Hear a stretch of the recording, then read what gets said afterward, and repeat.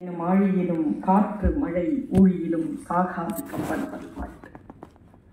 அவன் தலைமுறைக்கு எழுதி வைத்த சீட்டு என்கின்ற கண்ணதாசனின் வரிகளை முன்வைத்து சான்றோர்கள் கூடியிருக்கக்கூடிய அவையையும் ஆன்றோர் தலைமை தாங்கிக் கொண்டிருக்கக்கூடிய மேடையையும் வணங்கி நேரடியாகவே நான் வழக்கிற்கு வருகிறேன். இந்த நீதிமன்றம் தில்லியில் கூடியிருக்கிறது. இந்தியாவிலேயே எங்கே நீதி கிடைக்கவில்லை என்றாலும் உச்ச நீதிமன்றத்தில் நீதி கிடைத்துவிடும் என்று நம்பி எல்லோரும் அன்னார்ந்து பார்க்கக்கூடிய தில்லியில் இந்த வழக்கை நான் கொண்டு வந்திருக்கிறேன். நடுவர் மீது, நீதிபதியின் மீது நம்பிக்கை இருக்கிறதா என்று நீங்கள் கேட்டீர்கள். அந்த நம்பிக்கைக்கான வார்த்தையை மட்டும் நான் சொல்லிவிட்டு என் வழக்கை வைக்கிறேன். இன்றிலிருந்து 14 ஆண்டுகளுக்கு முன்னால் கொழும்பு கம்பன் கழகத்திலிருந்து இன்றைக்கு நீதிபதியாக வீற்றிருக்கின்றவருடைய கைப்பட ஒரு கடிதம் என்னை வந்து சேர்கிறது. நீங்கள் கொழும்பு கம்பன் விழாவிற்கு வர வேண்டும் என்று நானும் வருகிறேன் என்று பதில் கடிதம் எழுதிவிட்டேன். ஆனால் என்னுடைய நெருக்கடியின் காரணமாக அந்த விழாவிற்கு என்னால் செல்ல முடியவில்லை. என்னால் செல்ல முடியவில்லை என்கின்ற அறிவிப்பை நான் தரவில்லை. அங்கிருந்து எனக்கு அதற்கு பிறகு எந்த அழைப்பும் வரவில்லை. நான் இப்படி சொல்கிறேன், 14 ஆண்டுகள் கொழும்பு கம்பன் விழாவில் பேசுவதிலிருந்து என்னை விலக்கி வைத்து அதற்கான தண்டனையை கொடுத்த ஒரு நீதியரசர் தான் இன்றைக்கு நீதிபதியாக உட்கார்ந்திருக்கிறார். ஒரு வனவாசம் போதுமானது என்று சொல்லிவிட்டு சென்ற வருடம்தான் என்னை அழைத்தார்கள். ஆக நீதிபதியின் மீது நம்பிக்கையும் அதே நேரத்தில் அறம் சார்ந்த அச்சமும் இருக்கின்ற காரணத்தினால் மன தெளிவோடு நான் இந்த வழக்கை இந்த நீதிமன்றத்தில் வைக்கிறேன். நான் தமிழ் படித்தவள், அதை தமிழில் படித்தவள். பெரிய விஷயம். ஏனென்றால் இப்பொழுதெல்லாம் ஆங்கில வழியில் தான் தமிழை கற்றுக்கொள்கிறார்கள். நான் தமிழிலேயே அதை படிக்கக்கூடிய பாக்கியம் பெற்றவள். எனக்கு தமிழ் தவிர ஒரு 4 மொழிகள் தெரியும்.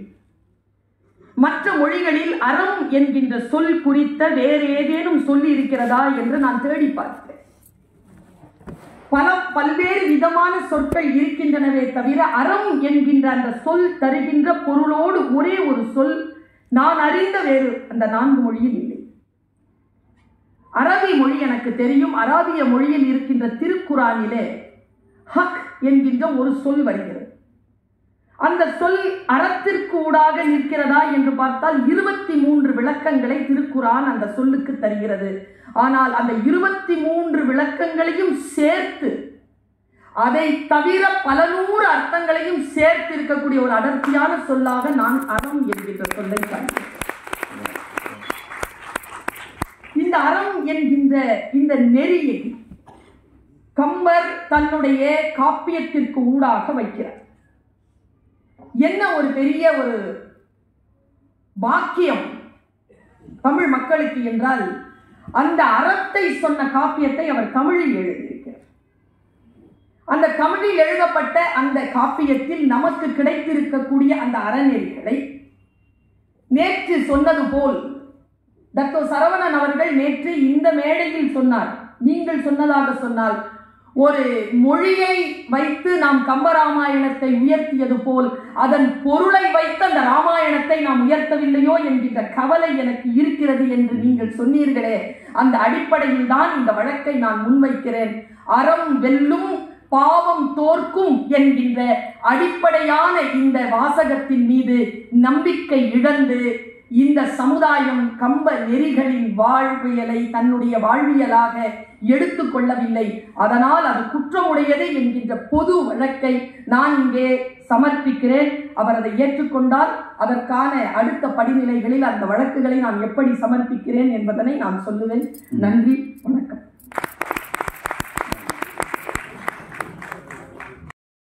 டெல்லி தமிழ் சங்கத்திற்கும் இங்கே திரளாக முன்னால் அமர்ந்திருக்கக்கூடிய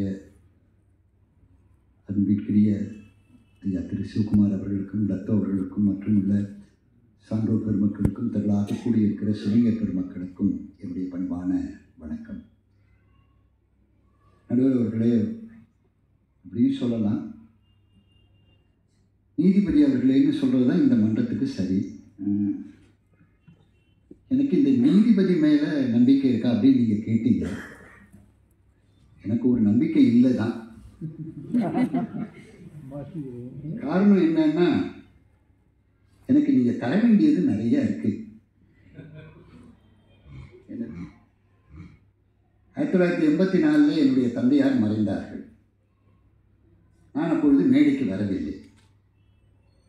என் தந்தையாருடைய அறிவு சொத்தையெல்லாம் கொள்ளையடித்தவர்களிலே முக்கியமானவர் இந்த நீதிபதி.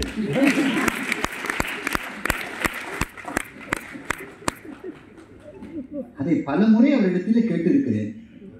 இன்று வரை அவர் அதை திருப்பி தரவே இல்லை.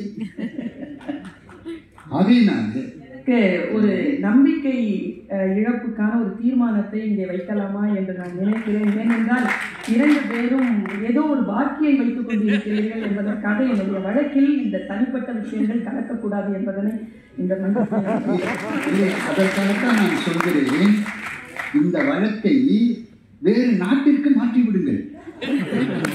அந்த செலவை பெருமாள் பார்த்துக் கொள்வார்.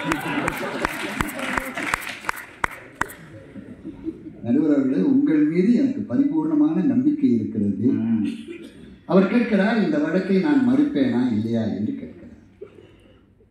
எனக்கு என்று ஒரு அறம் இருக்கிறதா இல்லையா? நான் வந்ததே அதற்குத்தானே. அப்ப மறுக்க வேண்டியது என்னுடைய அறம். எனவே கம்பன் காட்டிய அறம் இன்றைக்கும் இருக்கிறது என்பதற்கு நானே உதாரணம்.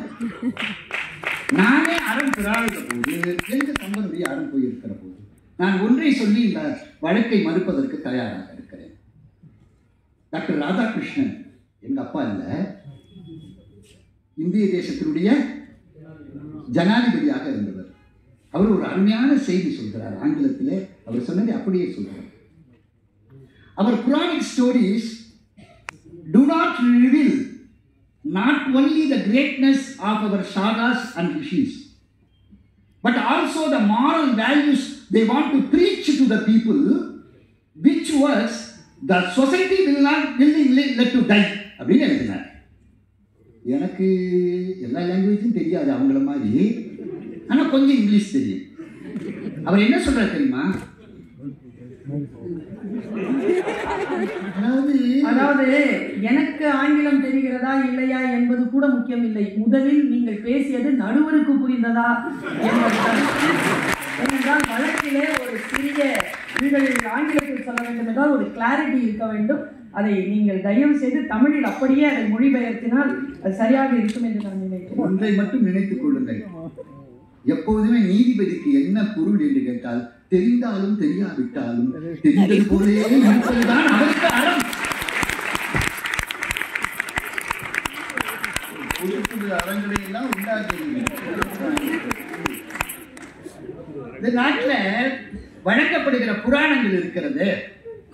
அவை இந்த புராணத்துடைய மேன்மையை சொல்வதற்காகவோ அதை எழுதிய ரிஷிகள் முனிவருடைய பெருமையை சொல்வதற்காகவோ வந்தது அல்ல. பின் எதற்காக? அவை தருகிற வாழ்வியல் விழுப்பங்கள் இருக்கிறதே, அந்த அறங்கள் இருக்கிறதே, அதை ஒருவராலும் அழிக்க முடியாது. அழிக்க முற்பட்டாலும் இந்த சமுதாயம் அதை அழிய விடாமல் பாதுகாக்கும் என்று சொன்னவர் டாக்டர் ராதாகிருஷ்ணன் என்றால் நீங்கள் அல்ல. இது எத்தனை பேர் இந்த புராணங்கள் மீதும் இந்த கதைகள் மீதும் அறமற்றது என்று சொல்ல வந்தாலும் அதை இந்த மக்கள் பாதுகாப்பார்கள், இந்த மன்றம் பாதுகாக்கும். என்றைக்கும் அறம் அறமாக இருக்கும். அந்த வழக்கை நான் எதிர்கொள்ள தயாராக இருக்கிறேன். இப்பொழுது குற்றம் சாட்ட ஒருவர் முன் வந்திருக்கிறார், குற்றத்தை எதிர்த்து வழக்காட ஒருவர் வந்திருக்கிறார். ஆகவே இந்த நீதிமன்றம் இந்த வழக்கை எடுத்து ஆராய முடிவு செய்திருக்கிறது. முதலிலே பர்வீன் அவர்கள் தன்னுடைய குற்றச்சாட்டை சற்று விரித்துரைக்க வேண்டும் என்று இந்த நீதிமன்றம் அவருக்கு உத்தரவிட்டது.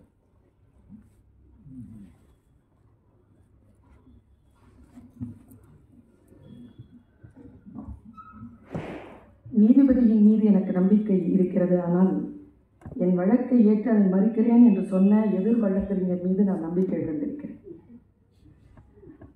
என்னுடைய வழக்கை நான் மிக நேர்த்தியாகவும் நேர்மையாகவும் வைக்க கடமைப்பட்டிருக்கிறேன். மிக தெளிவாக தமிழில் சொல்கிறேன். வழக்கு 1. கம்பன் நெறியோடு தனி மனிதன் இந்த சமூகத்தில் தன்னை ஒருங்கிணைத்துக் கொள்ளவில்லை. அப்படி அவன் ஒருங்கிணைக்காமல் இருப்பதற்கு இந்த சமூகம் காரணமாக இருக்கிறது. இந்த வழக்கை நான் மிக விஸ்தாரமாக சொல்வதற்கு முன்னால் என் 2வது வழக்கையும் நான் மிக எளிமையாக சொல்கிறேன். 2வது வழக்கு அற வழியில் நில்லாத தனி மனிதனை இந்த சமூகம் ஆதரிக்கிறது. அறவழி நிற்கக்கூடியவனை அவன் அறவழியில் நடப்பதிலிருந்து அது தடுக்கிறது. அறவழியில் இல்லாதவனுக்கு அது பல்வேறு விதமான ஆதரவை அளிக்கிறது. இந்த 2 குற்றங்களையும் அது செய்வதனால் கம்ப நெறியில் இந்த சமூகம் நிற்கவில்லை என்பது நான் கொண்டு வந்திருக்கக்கூடிய 2 வழக்குகள். அதில் முதல் வழக்கு, கம்பன் நெறியோடு தனி மனிதன் தன்னை ஒருங்கிணைத்துக் கொண்டாலும் அதற்கான சூழலை இந்த சமூகம் அவனுக்கு அளிப்பதே இல்லை. எப்படி இதை நான் முன்வைக்கிறேன் என்றால், இன்றைய தனிமனிதனுடைய மனதில் விதைக்கப்பட்டிருக்கக்கூடிய விதை எது என்றால் பணம். எப்படியேனும் பணம் சம்பாதித்து விட வேண்டும்.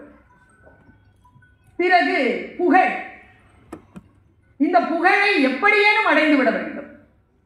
என்ன இவர்களுக்கு தெரியவில்லை என்றால், புகழ் வேறு பிரபலம் வேறு என்பதே தெரியாமல் பிரபலமாகிவிட வேண்டும், அதுதான் புகழ் என்று நினைத்துக் கொண்டிருக்கக்கூடிய இந்த சமூகத்தில் தனி மனிதன் தன்னை அறத்தோடு நிற்பதற்கான சூழலை அவனுக்கு அது கொடுப்பதே இல்லை.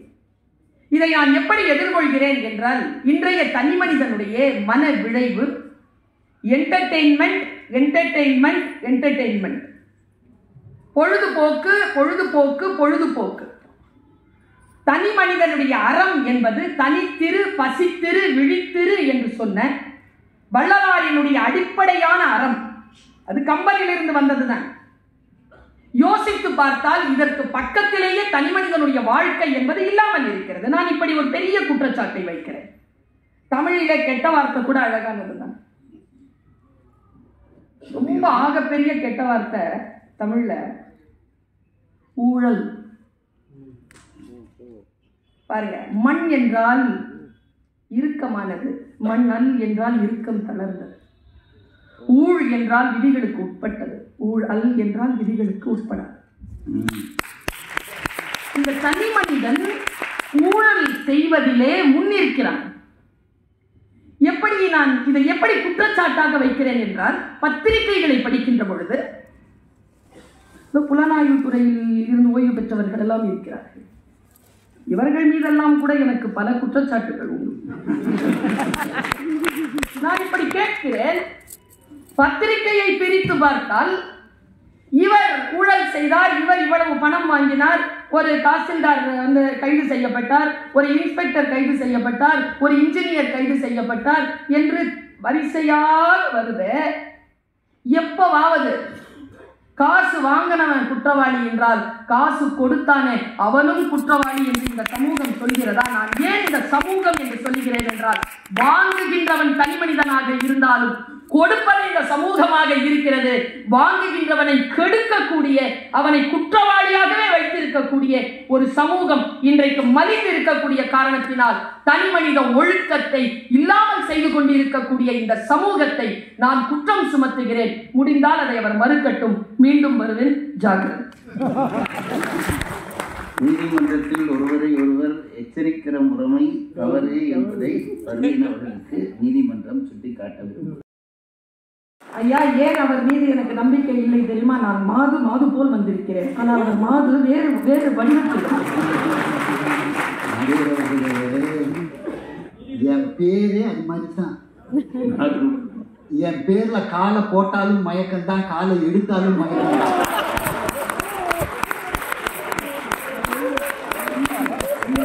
மாது என்கிற சொல்லை மயக்கம் என்கிற சொல்லோடு அவர் ஒப்பிட்டதை அவை குறிப்பிலிருந்து நீங்கள் நீக்கிவிட வேண்டும் என்று மகளிர் சார்பாக நான் என்னுடைய வழக்கிலே ஒரு குறிப்பை சேர்க்கிறேன். நடுவர் அவர்களே, இப்பொழுதுதான் நீங்கள் சொன்னது முழு உண்மை என்று எனக்கு தெரிந்தது. ஏனென்றால் தாடகையை பார்த்து எப்பொழுது ராமன் விஸ்வாமித்திரன் கொல் என்று சொன்னானோ அப்பொழுது ஒன்று சொன்னான், பெண்ணெல்லாம் பெண்ணல்ல. எனக்கு இப்பொழுது பதிவு என்ன என்று தெரிந்துவிட்டது. அதாவது என்னுடைய தந்தையார் ஒன்று ரொம்ப அழகா சொல்றார், என்னால லஞ்சம் கொடுக்காம ஒரு காரியத்தை பண்ண முடியறது இல்லை. என்னால லஞ்சம் கொடுக்காம ஒரு காரியத்தை பண்ண முடியறது இல்லை. ஆனா லஞ்சம் வாங்குற இடத்துல நான் உட்கார்ந்து இருக்கேன்னு, நான் வாங்காம இருக்கலாம்ல, நான் வாங்காம இருக்கலாம்ல. அப்படி வாங்காதவர்கள் எத்தனையோ பேர் என்னால காட்ட முடியல. நான் ஒரு தனி மனிதனை சொல்கிறேன், கம்பனோடு சேர்த்து சொல்கிறேன், அவன் பெரும் பணக்காரனை பற்றி சொல்கிறேன், அவன் எப்பேற்பட்டவன் என்பதை பற்றியும் சொல்கிறேன். உங்களுக்கு சொல்றேன் ஒரு காட்சி. ஜடாயு இறந்து போற, ராமன் அவருக்கு எல்லா காரியமும் பண்றான். நான் திருச்சிக்கார் திருவரங்கத்துல பெரிய நம்பின்னு ஒரு மகான், ஆலவந்தாருக்கு குரு, மன்னிக்கணும், ராமானுஜருக்கு குரு பெரிய நம்பி. அந்த பெரிய நம்பிக்கு அவரோட குரு ஆளவந்தார் மாரநேரி நம்பின்னு ஒருத்தரை காமிச்சு, இவருக்கு எல்லாம் நீதான் செய்யணும் அப்படிங்கிறார். தாழ்ந்த வகுப்பை சேர்ந்தவர் மாரநேரி நம்பி, அந்தனர் வகுப்பை சேர்ந்தவர் பெரிய நம்பி. மாரநேரி நம்பி இறந்து போன உடனே அவருக்கு எல்லா காரியத்தையும் இவர் போய் செய்யறார். அப்போ அந்த அந்தனர் குலத்தில் இருக்கிறவங்க சொல்றாங்க, உன்னை விலக்கி வச்சிடுவோம் அப்படிங்கிறார். அப்போ பெரிய நம்பி கேட்ட கேள்வி என்ன தெரியுமா, என்ன நீங்க விலக்கி வைக்கணும்னா முதல்ல கோயில்ல இருக்கிற ராமனுக்கு வெளில வைங்க. என்ன நீங்க விலக்கி வைக்கணும்னா முதல்ல ராமனுக்கு விலக்கி ஏன்னு கேட்டார். இதோ இந்த மாரநேரி நம்பி இருக்கிறாரு, அவர் என்ன ஜடாயுவை விட தாழ்ந்தவரா? ஜடாயு ஒரு பறவை, இவன் மனுஷன். ஜடாயுவை விட தாழ்ந்தவரா? நான் என்ன ராமனை விட உயர்ந்தவனா? என்ன அர்த்தம் அப்போ? இது மனிதனுக்கு மனிதன் செய்கிற காட்சி. இப்ப நீங்க இந்த காட்சியை நல்லா ஞாபகம் வச்சுங்க. ராமன் யாருக்கு ஈமை காரியம் செய்தான்? ஜடாயுக்கு செய்தான். இப்பொழுது நான் ஒரு மனிதனை பற்றி சொல்கிறேன். அந்த மனிதனை பிரின்ஸ் சார்லஸ் அழைக்கிறார். பிரின்ஸ் சார்லஸ் அழைக்கிறார். 2018 வருஷம் பிரின்ஸ் சார்லஸ் கூப்பிடுறார். எதுக்கு தெரியுமா? உலகத்தினுடைய தலை சிறந்த மனிதன் இவன்தான் என்பதற்காக ஒரு பெரிய விழா ஏற்பாடு பண்ணி பக்கிங்ஹாம் பேலஸ்ல பிரின்ஸ் சார்லஸ் நீங்க அந்த விருதை வாங்கிக்கணும்னு சொல்லி கூப்பிட்டது யாரு? இப்ப அந்த நாட்டினுடைய அரசர் சார்லஸ் கூப்பிடுறார். இந்த மனிதர் என்ன தெரியுமா சொன்னார்? என்னால் வர இயலாது, என்னால் வர இயலாது. காரணம், நான் வளர்க்கும் நாய்க்கு உடம்பு சரியில்லை, அதை விட்டு விட்டு என்னால் வர முடியாது என்று சொன்னவர் ரத்தன் டாட்டா என்கிற ஒரு பெரிய மனிதன்.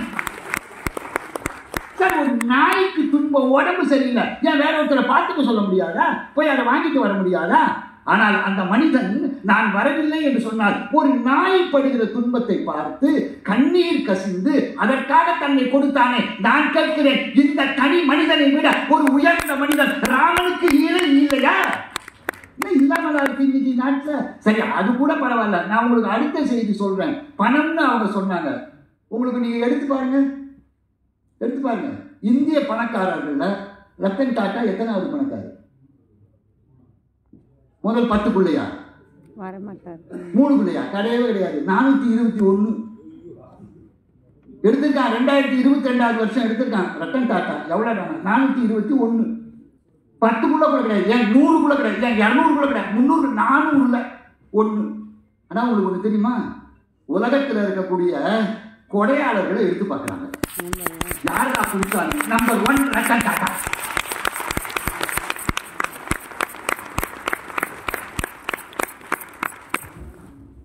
உமர்கயாம் பாடல்களை மொழிபெயர்க்கிறார் கவிமணி தேசிய விநாயகம் பிள்ளை. அந்த உமர்கயாம் பாடல்களை கவிமணி எழுதுகிறார். உருளும் உலகில் ஐயா, ரத்தன் டாட்டா செத்து போயிட்டார். நான் இன்றைய சமூகம் என்று இன்றைக்கு வழக்கை வைத்திருக்கிறேன். நடுவர் அவர்களே, பணக்காரர்கள் மீது எனக்கு எந்த கோபமும் இல்லை. இன்றைய இளைஞர்களுடைய மனநிலையில் பணம் என்கின்ற அரக்கன் செய்து கொண்டிருக்கக்கூடிய விளையாட்டுகளைத்தான் நான் இங்கே அறநெறி பிறழ்ந்த விஷயம் என்று நான் பதிவு செய்திருக்கிறேன். நீங்கள் ரத்தன் டாட்டாவினுடைய புகழ் பேசுவதற்காக நான் இந்த வழக்கை வைக்கவே இல்லை. இன்னொரு விஷயத்தை சொல்லவா? நீங்க கேட்டீங்களே ஒரு கேள்வி, கொடுக்கிறவன் கொடுக்குறான், வாங்குறவன் வேணாம் சொல்ல வேண்டியது தானே. இந்த அரங்கத்துல நான் ஒரு விஷயத்த சொல்றேன். நடுவரை நீதிபதி அவர்களை நாங்கள் எந்த காரணத்தில் கொண்டும் எந்த வம்பிற்கும் இழுக்கக்கூடாது என்பதுதான். அதனால் நான் திரும்பி வருவேன் என்று நான் சொன்னதை எச்சரிக்க கூடாது என்று அவர் சொன்னார். நான் அமைதியாக இருக்கிறேன். ஆனால் அதே நேரத்தில் அவர் பெண்முருவில் வந்த தாடகை என்று என்னை பற்றி சொல்லுகின்ற பொழுது நீங்கள் அமைதியாக இருந்ததை பார்த்தால் அவர் தன்னுடைய ராயல்ட்டியை எந்த வகையில் வாங்கி கொண்டிருக்கிறாரோ என்பதைத்தான் நான் சந்தேகப்பட வேண்டியிருக்கிறது. ஒன்று இருங்க, நான் முடிக்கிறேன். ஐயா, இதே இந்த மேடையில அறம் சொன்னார்ல, இப்போ கொஞ்ச நேரத்துக்கு முன்னால் நம்ம எல்லாரையும் சேர்த்து திட்டினார்ல,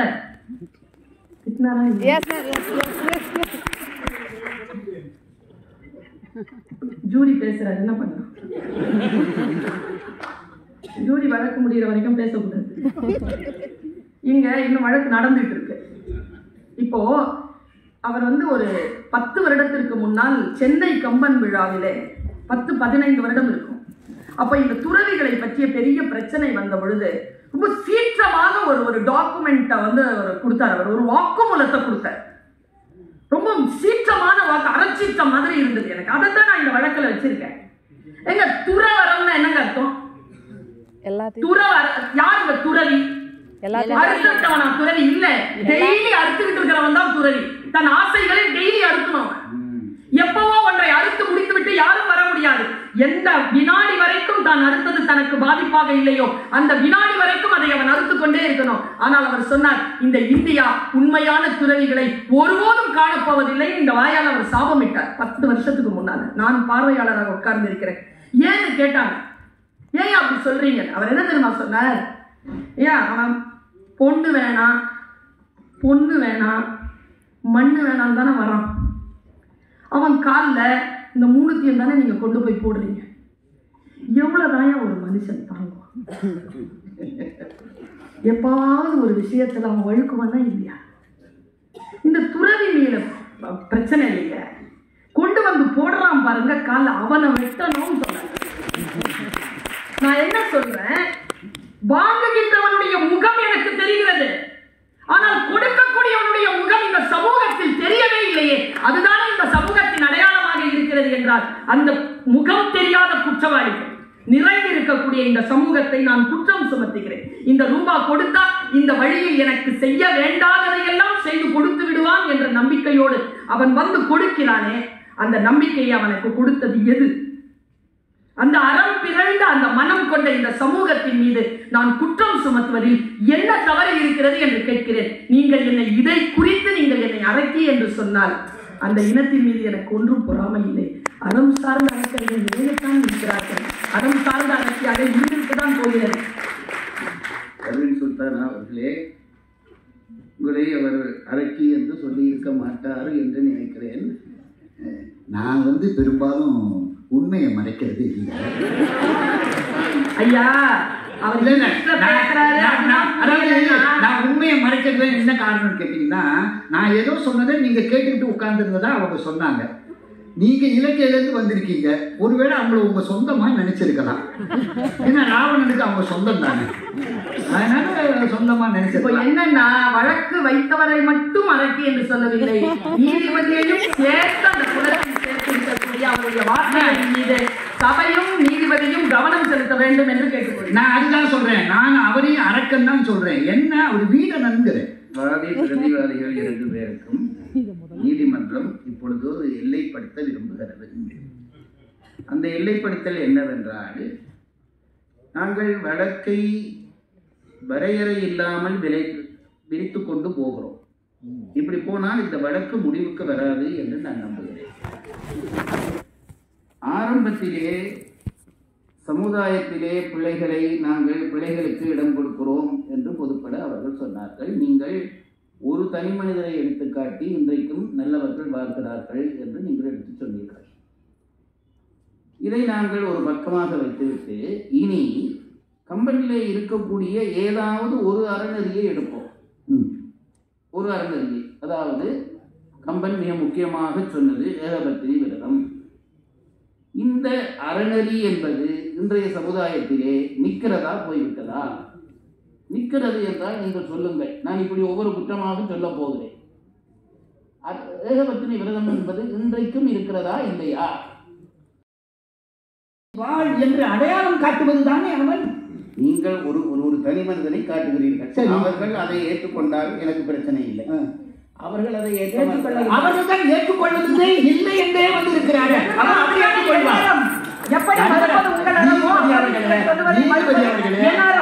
நீதிபதி அவர்களே, இந்த வழக்கிலே நான் சொன்ன மறுப்பை நீங்கள் எழுதி வைத்திருக்கிறீர்களா என்பதுதான் முக்கியமே தவிர அவர் ஏற்றுக்கொண்டிருக்கிறாரா என்பதற்காக நான் வழக்காடாமல் இருக்க முடியாது. நேரத்தினுடைய அருமை கருதி இந்த அளவிலே இந்த நீங்கள் சொன்ன இந்த 2 எல்லையும் விட்டுவிட்டு நான் சொன்ன எல்லையை சொல்லுங்கள்.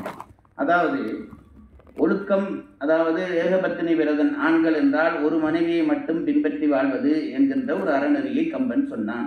இன்றைக்கு அது சமுதாயத்துக்குள்ளே இருக்கிறதா? இந்த அரங்கம் எனக்கு அனுமதி கொடுத்தால் ஏகபத்தினி விரதம் என்கின்ற ஒற்றை சொல்லையும் கடந்து ரெட் அலர்ட் என்று சொல்லக்கூடிய டேஞ்சர் ஜோன் என்ற ஆங்கிலத்தில் சொல்லக்கூடிய அந்த எல்லை வரைக்கும் இந்த சமூகம் போய் அலையடித்துக் கொண்டிருப்பதாக நான் கருதுகிறேன். நான் குற்றம் சொல்கிறேன். இங்கே எங்கே நான் பயப்படுகிறேன் என்று சொன்னால், குடும்பம் என்கின்ற அமைப்பின் மீது இன்றைய இளைஞர்களுக்கு மரியாதை குறைந்திருக்கிறது. அவர்கள் திருமணம் என்கின்ற உறவையே இன்றைக்கு தள்ளி போட்டுவிட்டு திருமணம் என்கின்ற ஒப்பந்தத்திற்குள் வராமலேயே இணைந்து வாழ்தல் என்பது சட்டப்பூர்வமாக சரி என்கின்ற அளவிற்கு அவர்கள் கம்ப நெறியை விட்டு அகன்று போயிருக்கிறார்கள். இது பொதுவாக எல்லோரும் இன்றைக்கு அனுபவித்துக் கொண்டிருக்கக்கூடிய ஒரு பேர் உண்மை. இந்த உண்மையை மறுத்துவிட்டு போவது என்பது பொய்யாகவே தான் இருக்குமே தவிர உண்மையின் பக்கம் அது நிற்காது. அதை கடந்து நான் இன்னும் ஒன்று சொல்லுகிறேன். ஒருவருக்கு ஒருத்தி என்கின்ற எல்லையை கடந்து இன்றைக்கு LGBTAQ என்று வந்துவிட்டது. இந்த சமூகம் எப்படி கம்ப ஒழுக்க நெறிகளை பின்பற்றுகின்ற சமூகமாக இருக்க முடியும்?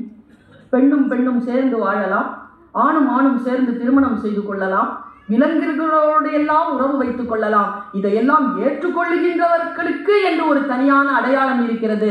போய் பார்த்தால் நம்முடைய சமூகம் மிக மிக ஆபத்தான சூழ்நிலையில் அறநெறிகளை எல்லாம் கடந்து பாவ எல்லைக்கு உள்ளே, பாவ கோட்டைக்குள்ளே கம்ப நெறியை வைத்து பார்த்தால் போய்விட்டதோ என்கின்ற ஒரு கவலை எனக்கு வருகிறது.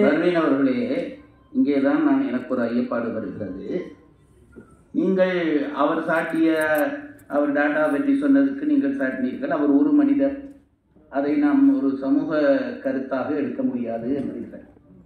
நீங்கள் சொல்லுகிற இந்த கருத்தும் சமூகத்திலே ஒரு சமூகம் என்றால் அது ஒரு பெரிய எல்லை, அதுக்குள்ளே ஒரு சின்ன குழுவினர் அப்படி செய்து கொண்டிருக்கிறார்கள். அவர்களை வைத்து சமுதாயத்திலே இன்றைக்கு அந்த அமைப்பு வந்துவிட்டது என்று ஒட்டுமொத்தமாக நாம் அதை சொல்ல முடியுமா? ஐயா, இதில் தான் நான் இந்த வழக்கை நான் கவனப்படுத்த வேண்டும் என்று சொல்லுவதே அதுதான். இதை நியாயப்படுத்தி சொல்லுகின்றவர்களுடைய குரல் இன்றைக்கு ஓங்கிக் கொண்டு இருக்கிறது.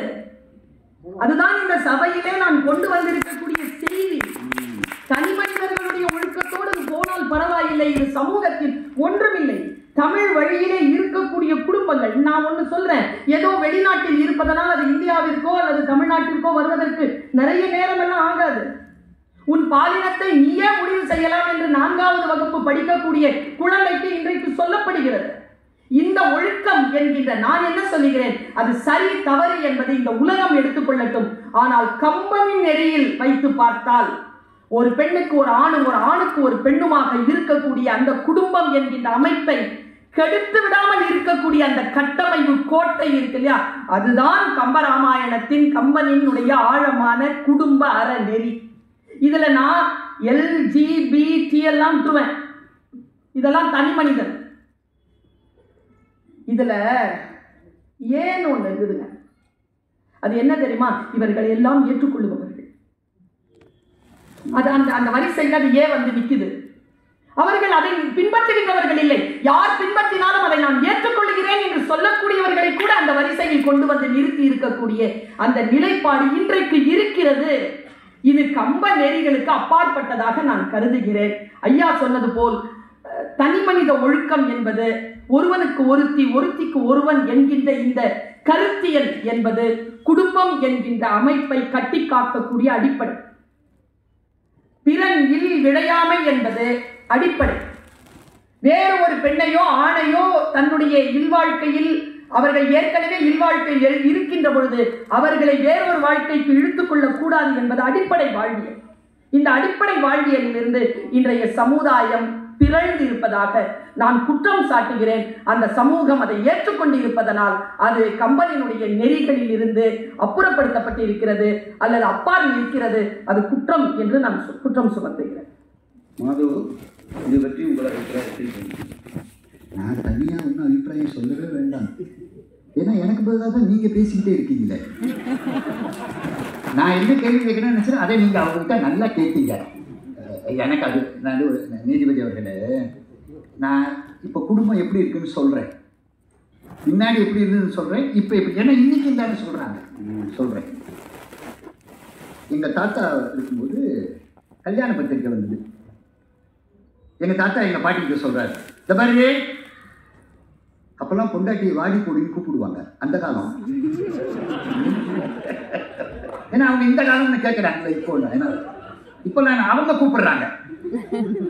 எங்கள் பாட்டியை பற்றி தாத்தா சொல்ற, இந்த மாதிரி கல்யாணம் சென்னையில் நடக்குது, நீ எல்லாம் ஒன்றும் வர வேணாம், நான் போயிட்டு வரேன், நீ வீட்லயே.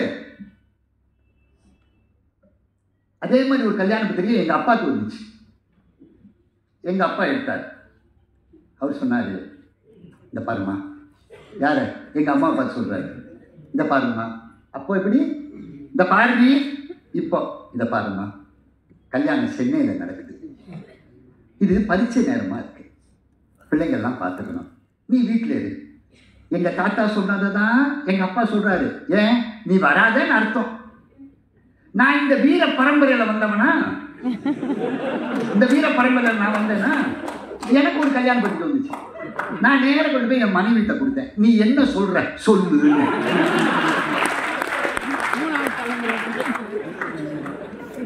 என் மனைவி வந்ததுக்காக சொல்லல, நான் நிஜமாவே அப்படிதான் சொல்லுவேன். சார், வாழ்க்கையில என் முன்னோர்கள் எனக்கு வழி காட்டலைன்னா என் வாழ்க்கை வாழ்க்கையா இருக்குமா சார்? என் வாழ்க்கை வாழ்க்கையா இருக்குமா? என் ஃபேமிலியில் நடந்ததே சொல்றேன்.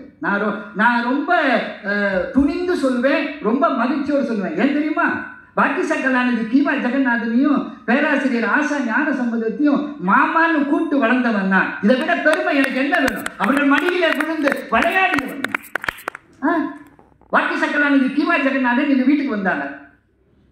எங்க அம்மா ரசம் ஊத்திட்டு இப்படி திரும்பி போனாங்க. எங்க அப்பா, பூனா அண்ணாக்கு இன்னும் கொஞ்சம் ரசம் வேணுமா, ஊத்துனாங்க. எப்படி தெரியுமா சொன்னாங்க? டி பூனா அண்ணாக்கு ரசம் ஊத்து அப்படின்னாங்க. பாட்டி சக்கலானது கீவா ஜெகநாதன் என்ன தெரியுமா சொன்னாரு? ராதா, உன் வார்த்தை ரசமா இல்லையே.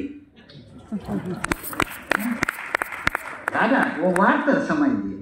ஏன்னு கேட்டாங்க எங்க அம்மா. இல்ல, உனக்காக எல்லாத்தையும் விட்டுட்டு, அவன் குடும்பத்தை விட்டுட்டு எல்லாத்தையும் விட்டுட்டு உன்னோட குழந்தைங்க நீன்னு உன் குடும்பத்துக்காக வாழ வந்திருக்கா, அவளை நீன்னு கூப்பிடுறே, அம்மானு கூப்பிடக்கூடாதா அப்படின்னாங்க. அன்னிலேருந்து எங்க அப்பா எங்க அம்மாவை அம்மான்னு தான் கூப்பிடுவாங்க. எங்க குடும்பத்தில நாங்கள் அத்தனை பேரும் எங்கள் மனைவிமார்களை அம்மா என்றுதான் அழைப்போம். காரணம் என்ன சார்? நீங்க வாழ்ந்து காட்டி பாருங்க சார்.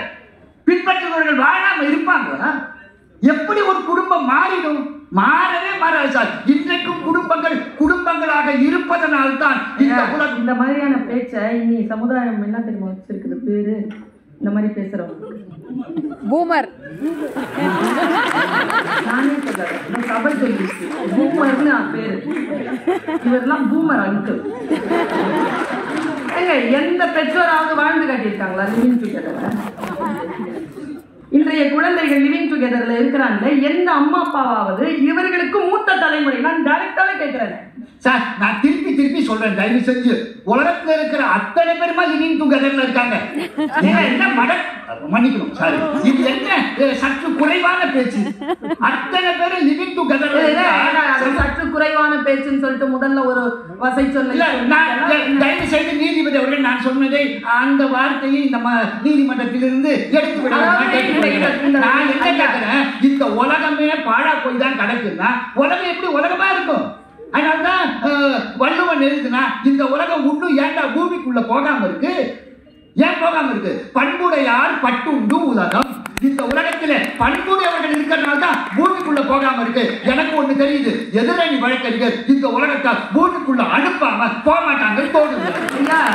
அவர் கேட்டார், யாரேனும் மூத்தவர்கள் சரியாக இருந்தால் ஏன் அவர்கள் பிழையாக போகிறார்கள் என்ற கேள்விக்குத்தான் நான் நேரடியாக பதில் சொன்னேன்.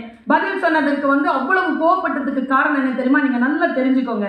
யாரிடத்தில் மொழி பறிபோகி வசை சொற்கள் வரும் என்றால், யாரிடத்தில் கருத்திற்கு வற்றுதல் விடுமோ அவர்களிடத்தில் தான் வசைக்கு முன்னால் சொற்கள் இருக்கு. அதே சொற்கள் தான் நானும் சொல்கிறேன். எதிரணி வழக்கறிஞர் நான் பேச வருகிற பொழுதெல்லாம் எழுந்து அவர் பேச வருவது அவர் தன் கருத்தில் ஸ்திரமாக இல்லை என்பதை காட்டுவதற்கோடு கிடையவே கிடையாது.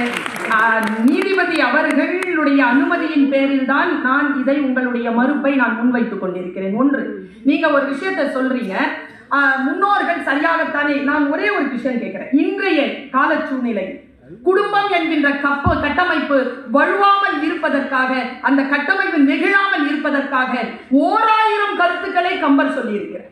1000 கருத்துக்கள்.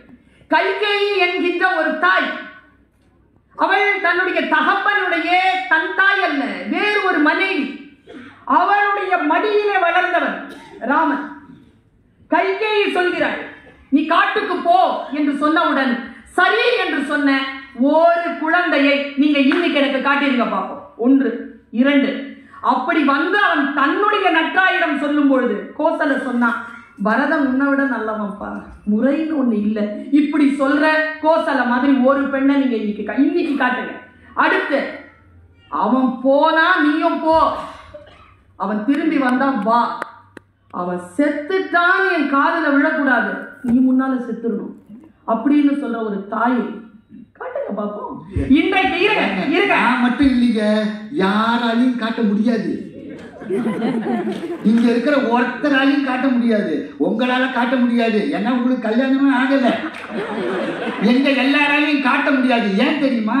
எங்க வீட்டுல நான் செல்லமா 7ஆவதா பிறந்தேன்.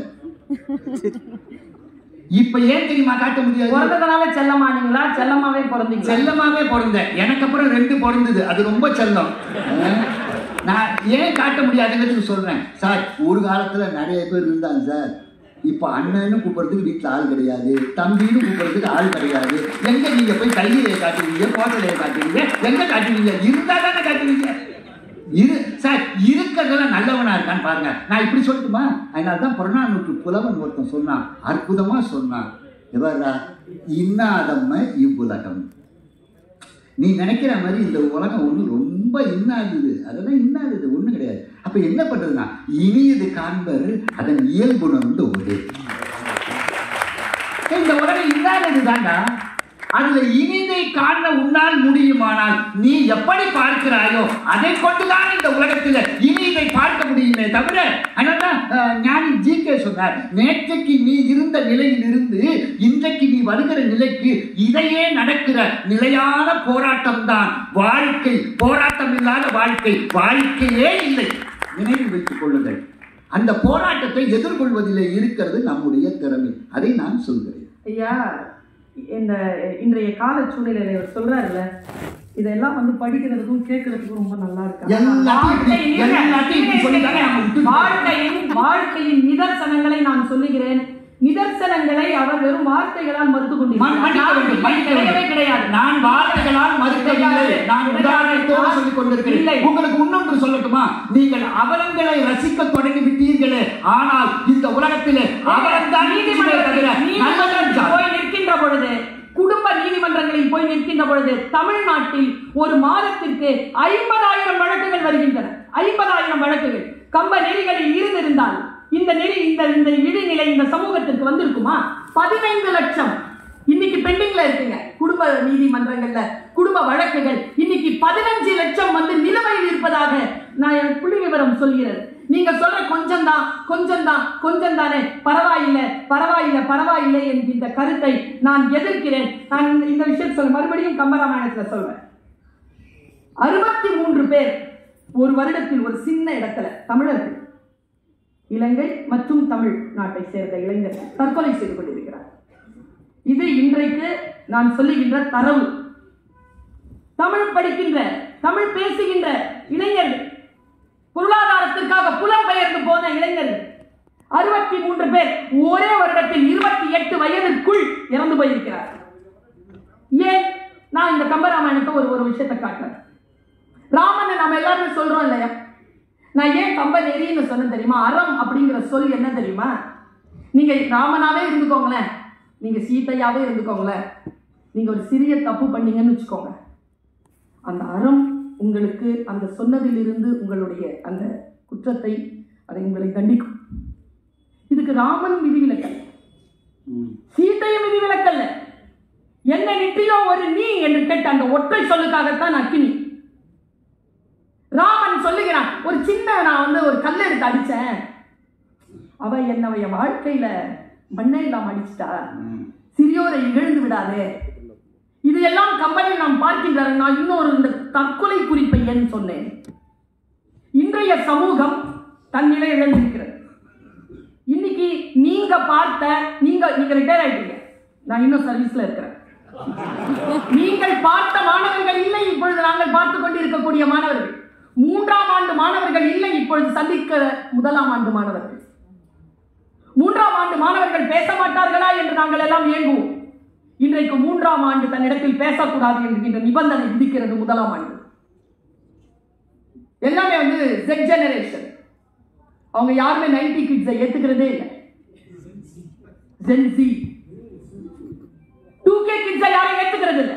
இந்த மாறுபாடு ஒண்ணும் இல்லைங்க. கவந்தன் இப்படி நிக்கிறான். நான் ராமாயண காட்சியை காட்டுறேன். கவந்தன் நிற்கிறான். உங்களுக்கு எல்லாம் தெரியுமா? ராமன் மனதளவில் உடைந்து போய் தற்கொலை செய்து கொள்ளலாம் இருக்கிற ஒரு காட்சி. வாயெல்லாம் வயிறாக, வயிறெல்லாம் வாயாக ஒற்றை கண்ணோடு கவந்தன் என்கின்ற ஒரு மிகப்பெரிய அரக்கன் நிற்கிறான். சபரிதான் காட்டுகிறான் அவன்கிட்ட போய்.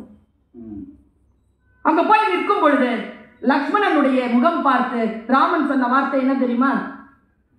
தோகையும் பிரிந்தனள், எந்தையும் துஞ்சினன். மனைவி போயிட்டா, எங்க அப்பாவும் செத்து போயிட்டார். இனி இவ்வேக வெம்பழி சுமந்து நான் உழல வேண்டலேன், ஆகலின் யான் இனி இதற்கு ஆமிடம். இந்த வாயில விழுந்து நான் செத்துறேன்டான்னு நேரா போய் தற்கொலை செய்து கொள்றதுக்காக போகும்போது சின்ன பிள்ளைங்க இளையோன்னு சொல்றாங்கல்ல, இந்த நிதானம் இருக்கா இன்னைக்கு இளைஞர்கள் கிட்ட? நீங்க ஏதாவது ஒண்ணு சொன்னா அவர் கெட்ட வார்த்தை வாயில வந்ததில்ல, அப்படி தடுத்த உடனே நீங்க பேசுறீங்களா பாப்பா? வரல, கெட்ட வார்த்தையெல்லாம் சொல்லிட்டீங்க, பாதி சொல்லிட்டீங்க. சபை கெட்ட வார்த்தையெல்லாம் நீங்க இதே சபை குறிப்பிலிருந்து நிற்க வேண்டும். இதே சபை குறிப்பிலிருந்து நீங்க நிற்க வேண்டும். நான் கெட்ட வார்த்தை ஆணையெல்லாம் நீங்கள் இட முடியாது. அவர் கேட்ட வார்த்தையை பேசல. கேட்டா நாங்கள் எல்லாம் கேட்டாகி விட்டது. சொல்லுங்க, கேட்ட வார்த்தைன்னு சொல்லுங்க, கெட்ட வார்த்தைன்னு சொல்லாதீங்க. நீங்கள் சொன்ன கெட்ட வார்த்தையை நாங்கள் கேட்டாகி, நீங்கள் சொல்லுவதனால எல்லாம் அதையெல்லாம் மறுத்து விட முடியாது. இப்படித்தான் இன்றைய சமூகத்துல இன்னைக்கு அந்த தனி மனிதனுடைய ஒழுக்கம் எப்படி போயிட்டு இருப்பாரு? ஒரு இளைஞன் லக்ஷ்மணன், அவன் அண்ணா இரு, நீ ராத்திரி எல்லாம் கண்மூடி காத்திய, அந்த ராமன் இல்லாம வந்தியா அப்படின்னு கேட்கிற அந்த வார்த்தைக்கு மேல ஒரு தவறு இருக்கா? இது கம்பன் வார்த்தை. கண் துயில் கொள்ளாத அயல் காத்தற்கு ஆனான் என்னே என்றவர் முன்னே அவர் இன்றி தானே வந்தான் என்றதில் வேறு ஒரு தவறு உள்ளதோ? அடுத்து கேட்கிறான், செருவெல்ல மாட்டான் மாண்டான் என்றலின் மேலும் வசை சொல் உண்டோ? போய் சீதையை மீட்டுட்டு வந்து அந்த போரை வென்றான் என்கின்ற சொல்லை கடந்து நீ செத்து போயிட்டேங்கிறது எப்படி அண்ணா சொல்லுவதுன்னு சொல்லி அந்த பெரியவனை தனக்கு பின்னால் நிறுத்தி, என் முன்னே செல்லும் இளங்கோ இறையோருக்கு முன்னே செல்லும். உன் மனசு குழம்பி இருக்கு, அப்படி நில்லு, நான் போய் அவனை கொல்றேன் அப்படின்னு எப்பவுமே ராமனுக்கு பின்னால நடந்த அந்த தம்பி ராமனுக்கு முன்னால ராமனை பின்னால வச்சுட்டு போனான்னு குறிப்பு ஒண்ணு இருக்கு கம்பராமாயணத்துல. இன்றைய இளைஞர்கள் அப்படி இருக்கிறார்களா? ஒரு சொல் தாங்குகிறீர்களா நான் கேட்கிறேன். ஒரு வசை சொல். ஏங்க நான் நிறைய தடவை சொல்லியிருக்கேன் ஐயா, அண்ணனுக்கு தெரியும், அண்ணன் 7, 8, 9 பிள்ளைகளோட பிறந்தது. எனக்கு ஒரு அண்ணா, ஒரு அக்கா, ஒரு தம்பி, ஒரு தங்கச்சி. நானும் பலசாலி தான் குடும்பத்தில். எனக்கு அண்ணன், அக்கா, தம்பி, தங்கச்சி எல்லாம் இருக்காங்க. ஆனால் நான் ஒன்று கேட்கிறேன், இன்றைக்கு இந்த தனி மனித வாழ்க்கை, இந்த அறம், இந்த நம்பிக்கை இன்னைக்கு இருக்கா? ஒரு சொல், எங்க அம்மா நான் தப்பு செஞ்சா எனக்கு சோறு போட மாட்டேன். நான் 3 வேளை பசியா இருந்திருக்கேன். பசிச்சு ராத்திரியில யோசிச்சு பசி தாழாம யோசிச்சிருக்கேன். உயிரா மானமா? உயிரோட இருந்ததான் மானத்தை பத்தி. அம்மா சாரி, சரி போ சாப்பிடு. எங்க அம்மாவுக்கு 5ங்க, 1 செத்தா இன்னொன்னு, எனக்கு 1 நான் எப்படி விடுறது? இன்றைக்கு என்னால் அதை தடுக்கவே முடியவில்லை. இன்றைக்கு பேரண்டிங் என்ற பெயர்ல அன்றைக்கு ராமாயணத்தில் விட்டு பிடித்த விஷயங்களை எல்லாம் நாம் விட்டு பிடிக்கவே முடியவில்லை. அவர்களுக்கு முன்னால் மண்டியிடுகின்ற இந்த சமுதாயமாக, குற்றமுடைய சமுதாயமாக நாம் மாறிவிட்டோம் என்று நான் சொல்லுகிறேன். நீங்கள் முடிந்தால் பதில் சொல்லிக் கொள்ளுங்கள். அதற்கு கம்பன் தான் மறுபடியும் அந்த அறநெறியை உங்களுக்கு கற்றுத்தர வேண்டும்.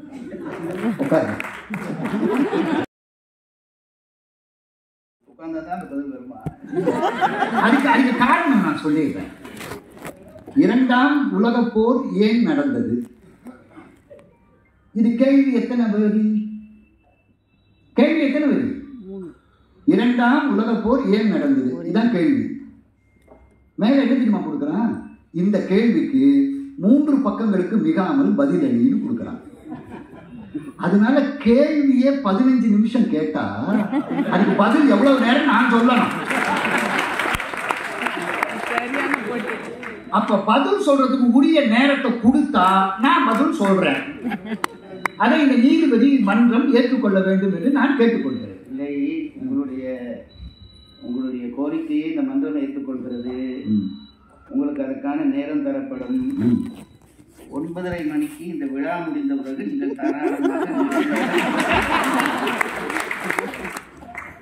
விட முடியும் என்றால் ஒரு பேச்சின் மீதான கவனம் தான் சரவணன், ஒரு பேச்சின் மீதான கவனம் தான் கார்த்திகேயன், ஒரு பேச்சின் மீதான கவனம் தான் ஜெயராஜ், ஒரு பேச்சின் மீதான கவனம் தான் எல்லோரும் என்றால் அந்த அறம் சார்ந்த பேச்சாளர்களை இன்றைக்கு சமூகம் மரியாதை செய்யவில்லை என்பது இந்த சமூகத்தின் மீது நான் ஆத்திரமாக வைக்கும் குற்றச்சாட்டு. அவர்கள் இன்னைக்கு பட்டிமண்டபங்களில் எல்லாம், பேச்சரங்கங்களில் எல்லாம் நகைச்சுவை துணுக்குகள் சொல்லுகின்றவர்களுக்கு கிடைப்பது போல் வாய்ப்புகள் அறிவார்ந்த அறம் பேசுகின்ற மாதவுக்கு கூட கிடைப்பதில்லை என்பதுதான் இந்த சமூகத்தின் மீது நான் வைக்கக்கூடிய குற்றச்சாட்டு. 1. நான் பொதுவாக 2வது குற்றச்சாட்டுக்கு வருகிறேன். தனி மனித ஒழுக்கத்தை விரும்பினாலும் இந்த சமூகம் அந்த ஒழுக்கமாக அவர்களை இருக்க விடுவதில்லை. உதாரணத்துக்கு நான் சொல்றேன். இப்போ நான் ஒரு லேப்டாப் திறக்கிறேன்.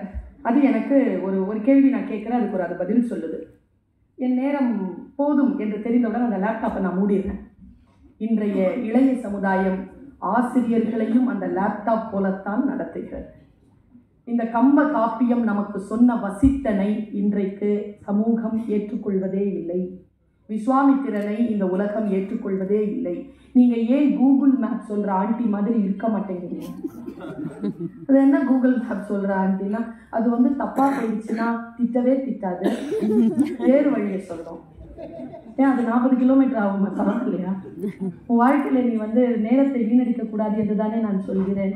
இல்லை, அப்படியெல்லாம் இல்லை. இந்த சமூகம் கல்வி என்கின்ற கம்ப நெறி சொல்லுகின்ற கல்வியில் இந்த சமுதாயம் இன்றைக்கு தரம் தாழ்ந்து குற்றமுடையதாக இருக்கிறது என்று நான் வெளிப்படையாக குற்றச்சாட்டை முன்வைக்கிறேன். இந்த சமூகத்தின் மீது நான் வைக்கக்கூடிய மற்றொரு மிகப்பெரிய காத்திரமான குற்றச்சாட்டு, இன்னைக்கு டாக்டர்களுக்கு பாதுகாப்பு இல்லை. ஆஸ்பத்திரிக்குள்ளேயே கத்தியோட வராங்க. மருத்துவர்களுக்கு பாதுகாப்பு இல்லை, வக்கீல்களுக்கு பாதுகாப்பு இல்லை, கிளைண்ட்ஸே கொள்றான். ஆசிரியர்களுக்கு பாதுகாப்பு இல்லை, மாணவர்களே கொள்கிறார்கள். இன்றைய சூழல் பேச்சாளர்களுக்கும் பாதுகாப்பு. நீங்கள் அதை உங்களுடைய இடதுபுறத்தை காட்டி பேசியது இந்த சமூகத்தை நான் குற்றம் சாட்டுவதை இன்னும் வலுப்படுத்துவதாக இருக்கிறது. அது உண்மையிலேயே பாதுகாப்பற்ற அறிவுபூர்வமான ஆற்றலை தருகின்ற ஒரு கல்வி நிலையை இந்த சமூகம் பெற தவறிவிட்டதோ என்று நான் கம்பனின் நெறிகளில் நின்று குற்றம் சாட்டுகிறேன். கம்பன் ஒரு கவிதையை சொல்லுகிறார்.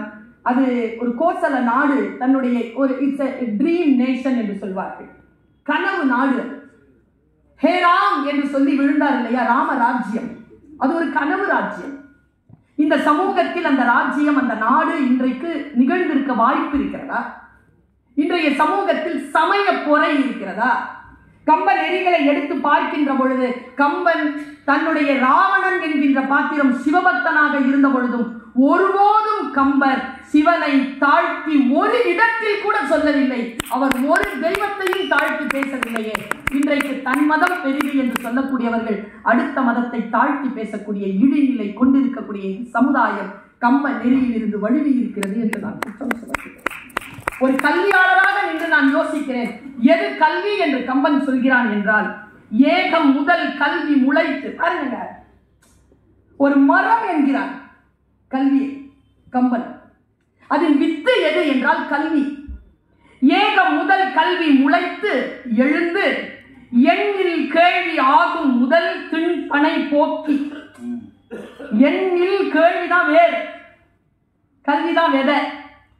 எண்ணில் கேள்வி, நாலேஜ், இதுதான் வேர்.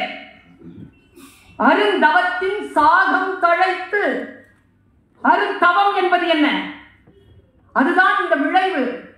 நாம் இந்த உலகத்திற்காக, அறத்திற்காக காத்திருக்கக்கூடிய விளைவு தான், விழுமியம் தான் கிளை. அடுத்த வார்த்தை பாருங்க, அன்பு அரும்பி. இப்படி நிற்கக்கூடிய மரத்திலே அன்புதான் அரும்பு, தர்மம் தான் மலர்.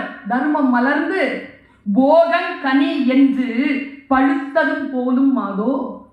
அதிலிருந்து கனியக்கூடிய இந்த கனிதான் இந்த உலகத்தை காக்கக்கூடிய அறம் என்று பேசுகின்ற அந்த கல்வி இன்றைக்கு சாத்தியமாகி இருக்கிறதா? நீங்க கேட்டீங்களே, நீங்கள் மறுப்பில் அதை சொன்னீர்கள்.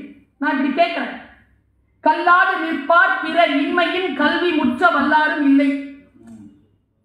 கல்வியில அந்த நாடு எவ்வளவு முன்னேறி இருக்குன்னா, இவன் கல்வியில சிறந்தவன் ஒருத்தன் இல்லையாங்க, என்ன முட்டாள்னு ஒருத்தன் இல்லை, கல்வி இல்லாதவன் என்று ஒருவன் இல்லை. இன்றைக்கு அப்படி இருக்கிறதா? கல்வி இல்லாதவர்கள் நிறைய இருக்கின்ற காரணத்தினால் கல்வியாளர்களுக்கு மதிப்பில்லாமல் இருக்கிறது. நான் ஒரு வார்த்தையை ரொம்ப வெளிப்படையாக சொல்வேன், பெறுவதற்கும் இழப்பதற்கும் ஒன்றுமில்லை என்பதனால் தைரியமாக பேசக்கூடியவள். ஒரு சேனல், தமிழ் சேனல், அதுல பிரபலமான ஒரு பிள்ளை எனக்கு ஒரு என்னுடைய ஷோக்கு வந்திருந்தா. அதில் அவர் சொல்றா, ரொம்ப அழகாக உச்சரிக்கிறான், தமிழ் மொழி அப்படி அப்படி அமுதமா பொழியுது அவர்கிட்ட. இவ்வளோ அழகா பேசுறியப்பா, ஏன் அந்த சேனல் இங்க வந்துட்டேன், அங்க ழாவை லான்னு உச்சரிக்க சொல்றாங்க. என்ன ழான்னு சொன்னா ரொம்ப தமிழா இருக்கு, அது நுனி நாட்டில் ஆங்கிலம் போல் பேசு என்று சொல்லுகிறார்கள். அப்படி எனக்கு பேச வரவில்லை, அதனால அந்த சேனலுக்கு வந்துட்டேன். இந்த சமூகத்தை என்ன சொல்வீங்க நீங்க? பிழையாக இருக்கக்கூடியவர்களை போஷிக்கின்ற நாடு, நல்லவர்களை ஒதுக்குகின்ற நாடு. பிழையா கிண்டலா பேசுறாங்க, ஆபாசமாக பேசுகிறார்கள். அவர்களை வரவேற்று கைத்தட்டி பூமாலை அணிவித்து பொன்னளித்து அனுப்புகிறார்கள். அமைதியாக ஆர்ப்பாட்டம் இல்லாமல் அறம் பேசுகின்றவர்களை சால்வை கூட போடுவதற்கு மறுக்கிறார்கள். என்ன நாடு இது? இந்த நாட்டில் தானா கம்பனை நாம் படித்தோம்? இந்த நாட்டில் தானா வள்ளுவனை படித்தோம்? இந்த நாட்டில் தானா சமய இலக்கியங்களை படித்தோம்? எல்லாம் இருந்தும் எதுவும் இல்லாத பிச்சைக்காரர்களாக நிற்கக்கூடிய நிலையில் இந்த சமூகம் சென்று விடுமோ என்று நான் அச்சப்படுகிறேன். இன்றைக்கு நான் சொல்றேங்க, இந்த வார்த்தையோட நான் நிறைவு செய்கிறேன். இந்த விழா இருக்குல்ல, பெருமாள் எடுத்து இருக்கக்கூடிய விழா, நான் முதல்லயே சொன்னேன், சாம்ராஜ்யங்களுக்கு மத்தியில் போய் நாற்காலியை தேடாமல் தனக்கென கம்பனுக்கு ஒரு சாம்ராஜ்யத்தை அமைத்த பெருமாள்.